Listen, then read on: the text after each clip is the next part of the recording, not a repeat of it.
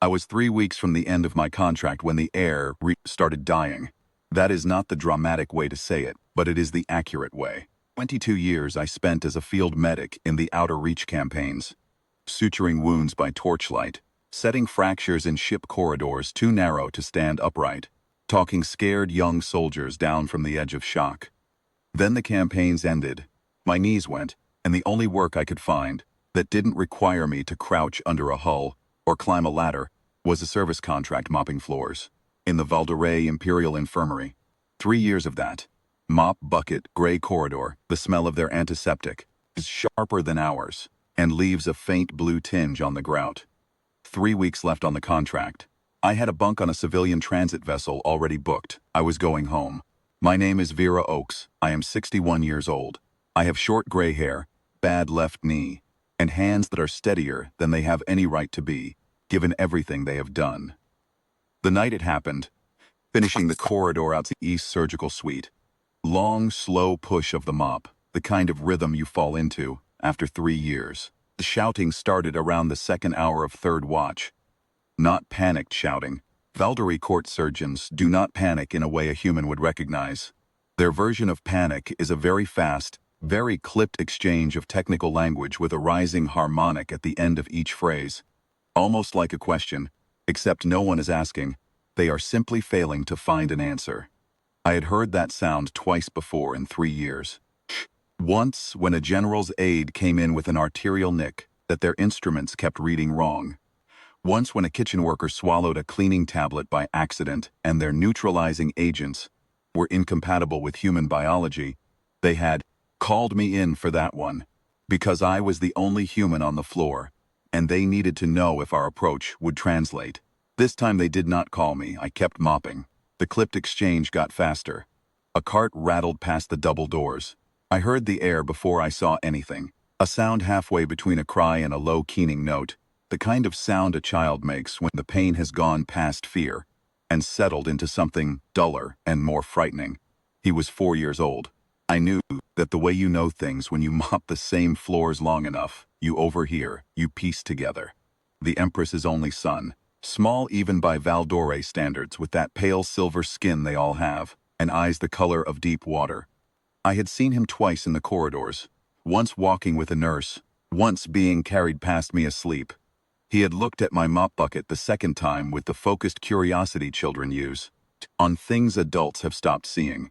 The sound he was making now was not curiosity. I stopped mopping. I do not know exactly what I was thinking. Possibly nothing. 22 years of field medicine does something to the part of your brain that waits for permission. You hear that particular sound and your hands are already moving. I pushed the door open. There were 4 court surgeons inside. Their instruments, long pale rods with a faint luminescent tip, the Valdorei equivalent of a diagnostic wand, were all aimed at the boy, who was curled on the treatment bed with his knees drawn up, his silver skin gone chalky at the extremities. One surgeon was attempting a compound sedation protocol. I could tell by the cadence of the phrases he was reciting, which I had picked up over 3 years the way you pick up a language you never formally study. Not fluent, but enough.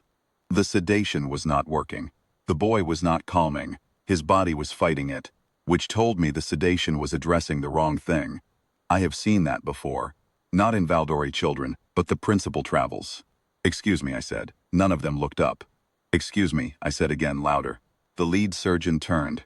His expression, translated roughly, was, "Why is the floor cleaning woman in my surgical suite?" "The sedation won't work," I said. "He's in a referred pain loop. The stimulus is somewhere the wand isn't looking. You need to find the originating site first. You're sedating a response, not a cause." There was a silence. The boy made that sound again. The lead surgeon said something in formal court Valdorei. I know enough to understand the shape of a dismissal. "Fine," I said. "Walk to the bed anyway." I want to be precise about what I did, because people have since described it in ways that make it sound like something it was not. I did not perform a miracle. I did not use any equipment they didn't have. What I did was put my hand flat on the boy's back, just below the left shoulder blade, where the nerve cluster sits in most bilaterally symmetrical oxygen breathers, Valdorei included. I had read the anatomy text during a slow month in year 2, and I pressed, gently, The way you press when you are feeling for a catch in the tissue, the specific held-tight feeling of a muscle in sustained referral spasm. I found it in about 8 seconds. It was a small thing.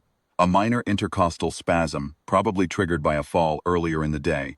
Nothing dangerous on its own, but it locked into a feedback loop with the sedation agents, which were hitting the secondary nerve pathway and making the original spasm tighten rather than release. His body was fighting the medicine because the medicine was pushing on exactly the wrong wall. I pressed the point with my thumb, held it, counted to 6 in my head the way I was taught to do it, 20-some years ago in a tent on a muddy ridge. The boy went quiet, sedated quiet, not crying himself out quiet. The real quiet, the sudden, boneless ease of a body that has stopped hurting. His shoulders dropped, his knees unfolded. He exhaled a long, shivering breath, and then he turned his head and looked at me with those deep water eyes. I kept my hand where it was. With my other hand, I reached into my jacket pocket. I always carry a small kit, old habit, field medics don't stop, and took out a short length of thermal wrap. The kind you use to hold warmth against a muscle that has been in spasm. Pressed it against his back, held it in place with 2 fingers. He watched me do it. He did not look frightened. I don't remember deciding to hum. I have been told I do it without noticing. An old field habit. Something to fill the silence when you are working on someone who is scared. It was a marching song from the Outer Reach campaigns. Not a lullaby, nothing fancy. The kind of song tired soldiers sing to keep pace on a long night march. Repetitive and low, almost tuneless. His eyes got heavy after the second chorus. By the third, he was asleep. I straightened up, tucked the thermal wrap flat against his back, turned around. The 4 surgeons were standing exactly where I had left them. They had not moved. The lead surgeon's diagnostic wand was still raised, pointing at nothing. In the doorway stood the empress. I do not know how long she had been there. She is tall, even for Valdorei, nearly 2 meters, with the same silver skin as her son but older, more layered, and those pale blue eyes that the imperial family carries. She was in a night robe, which meant someone had pulled her from sleep. She was not wearing her formal presence, the composed court expression I had seen. On the 3 occasions I had mopped a corridor, she walked through. She looked like a mother who had run down a hallway. She was looking at her son. Then she was looking at me. I picked up my thermal wrap kit, snapped it closed, and put it back in my pocket. He'll sleep through the night. I said the spasm will loosen on its own by morning. If it doesn't, if it returns. The originating point is the intercostal cluster, left side, 2 finger widths below the shoulder blade. Any pressure technique will release it. I nodded to her, not a bow, not a court gesture, just the nod I give anyone I have just handed a patient to, and walked toward the door. She said my name, not my title, cleaner or human or the floor staff designation I wore on my badge, my name, Vera Oakes. I found out later that she had asked the infirmary administrator for it, within 2 minutes of seeing what I had done. I stopped.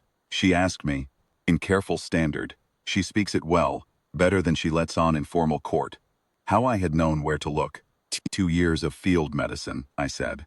And 2 years of reading your anatomy texts on slow nights. She was quiet for a moment.